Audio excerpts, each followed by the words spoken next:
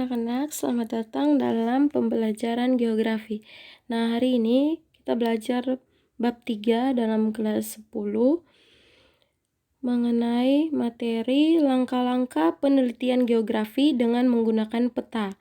Kompetensi dasarnya memahami langkah-langkah penelitian ilmu geografi dengan menggunakan peta. Indikatornya membuat laporan penelitian. Nah, dari analisis data penelitian, kita akan memperoleh kesimpulan. Nah, seluruh proses penelitian ini akan disajikan dalam laporan penelitian. Nah, dalam membuat laporan penelitian, ada beberapa syarat yang harus dipenuhi. Antara lain, yang pertama, penulis laporan harus mengetahui kepada siapa laporan itu akan ditujukan. Kedua, penulis laporan harus menyadari bahwa pembaca laporan tidak mengikuti semua kegiatan penelitian. Itulah sebabnya dalam laporan penulis laporan harus menyajikan langkah-langkah yang dilakukan dalam penelitian, termasuk alasan mengapa hal itu dilakukan. Yang ketiga, penulis laporan harus menyadari bahwa latar belakang pengetahuan, pengalaman, dan minat pembaca laporan berbeda. Oleh karena itu, peneliti harus menggunakan bahasa yang komunikatif sehingga mudah dipahami pembaca. Selain itu, laporan hendaknya disajikan secara sistematis. Kemudian yang keempat, penulis laporan harus dapat menyajikan laporan dengan jelas dan dapat meyakinkan pembaca.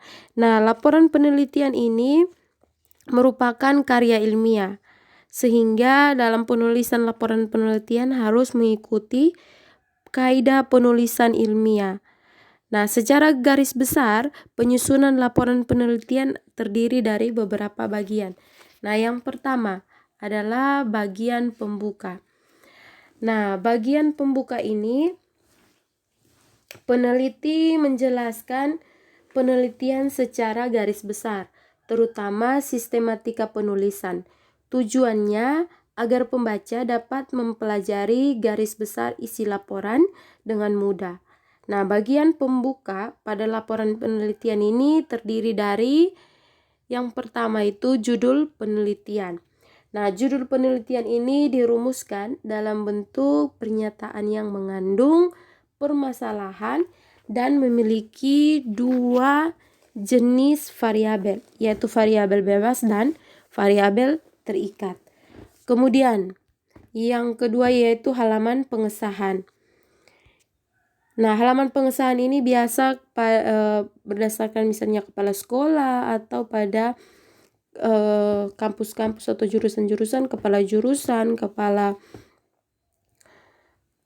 fakultas. Kemudian yang ketiga ini halaman persetujuan. Nah, ini biasanya guru pembimbing atau orang yang membimbing kita. Kemudian kata pengantar. Setelah kata pengantar ada abstrak.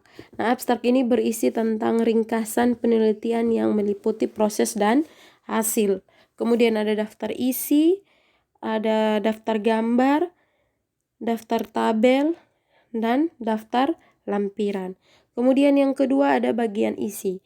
Nah, bagian isi atau badan laporan memuat uraian-uraian tentang proses penelitian dan hasilnya.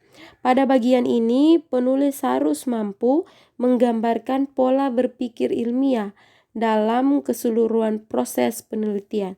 Nah, pada bagian isi laporan penelitian ini terdiri dari yang pertama bab 1 itu pendahuluan. Nah, pada bagian pendahuluan itu mencakup latar belakang. Yang pertama, latar belakang masalah ini berisi uraian mengenai masalah yang akan diteliti. Selain itu, berisi juga penjelasan mengenai ketidakcocokan antara rencana dan pelaksanaan yang kemudian menimbulkan masalah. Kemudian yang kedua, rumusan masalah. Nah, rumusan masalah ini berisi suatu pernyataan yang akan dicari jawabannya melalui pengumpulan data. Nah, setiap rumusan masalah penelitian harus didasarkan pada pokok permasalahan yang dibahas. Kemudian yang ketiga, tujuan penelitian. Nah, tujuan penelitian ini merupakan hasil yang ingin dicapai dalam melakukan penelitian. Kemudian yang keempat, manfaat penelitian. Nah, manfaat penelitian ini adalah kegunaan hasil penelitian baik secara teoritis maupun untuk dijadikan landasan pengambilan keputusan oleh pihak-pihak terkait. Kemudian ada bab 2, landasan teori. Nah, pada bagian landasan teori ini hal-hal yang harus dijelaskan itu yang pertama itu tinjauan pustaka. Merupakan dasar-dasar teori yang dijadikan acuan dalam melaksanakan penelitian. Kemudian yang kedua, alur pikir penelitian. Nah, alur pikir penelitian ini anggapan dasar berisi kerangka konsep atau topik permasalahan. Kemudian hipotesis atau jawaban sementara atas rumusan masalah. Nah, jawaban yang diberikan ini baru berdasarkan pada teori yang relevan, bukan data-data di lapangan. Kemudian yang ketiga, itu ada metodologi penelitian. Nah, pada metodologi penelitian ini menjelaskan tentang yang pertama, cara sistematis yang digunakan untuk mengungkapkan masalah-masalah secara mendalam sehingga tujuan penelitian dapat tercapai. Kemudian identitas variabel. Nah, identitas variabel ini bagaimana kita menentukan variabel bebas atau variabel yang memengaruhi dan variabel terikat atau variabel yang dipengaruhi. Kemudian yang ketiga, objek penelitian secara keseluruhan.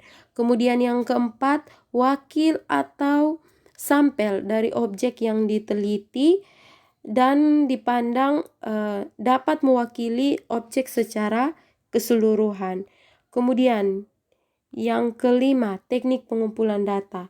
Nah, teknik pengumpulan data ini misalnya seperti kita menggunakan observasi langsung, wawancara, angket, kemudian ada juga analisis media untuk mengumpulkan data guna menguji kebenaran hipotesis. Kemudian yang keenam, instrumen penelitian berkaitan dengan alat untuk pengambilan data dan informasi dengan mendeskripsikannya yang diperuntukkan bagi responden. Kemudian yang keempat itu bab 4, analisis data. Nah, analisis data ini merupakan kegiatan interpretasi dan kajian terhadap data data yang sudah terkumpul. Nah, analisis data juga dapat dilakukan dengan uji statistik atau dengan mendeskripsikan hasil pengamatan atau penelitian. Kemudian yang ketiga ada bagian penutup. Nah, pada bagian penutup ini menyajikan kesimpulan yang singkat, padat, dan jelas. Nah, kesimpulan itu menunjukkan implikasi hubungan dan hasil dari uraian yang telah dibicarakan. Sesudah itu penulis menyajikan saran. Nah, pada bagian penutup ini ada bab 5 yaitu kesimpulan dan saran. Nah, kesimpulan itu merupakan intisari dari hasil penelitian terkait dengan masalah dan hasil analisis. Kemudian yang kedua itu saran. Nah, saran ini sebagai rekomendasi yang ditujukan kepada perorangan atau lembaga terkait dengan temuan-temuan hasil penelitian. Kemudian ya berikut ada daftar pustaka. Nah, daftar pustaka ini merupakan kumpulan sumber, teori, dan bahan bacaan yang dicatat dengan susunan berdasarkan kaidah-kaidah penulisan yang benar. Seperti judul buku, tahun terbit, penerbit, seperti itu. Kemudian lampiran. Nah, lampiran ini sebagai perangkat bahan penunjang laporan yang dimasukkan terpisah dengan laporan penelitian. Nah, biasanya itu berupa tabel-tabel, foto, gambar, surat izin, dan instrumen pengambilan data, misalnya angket dan kuesioner. Oke, baik, sekian dan terima kasih.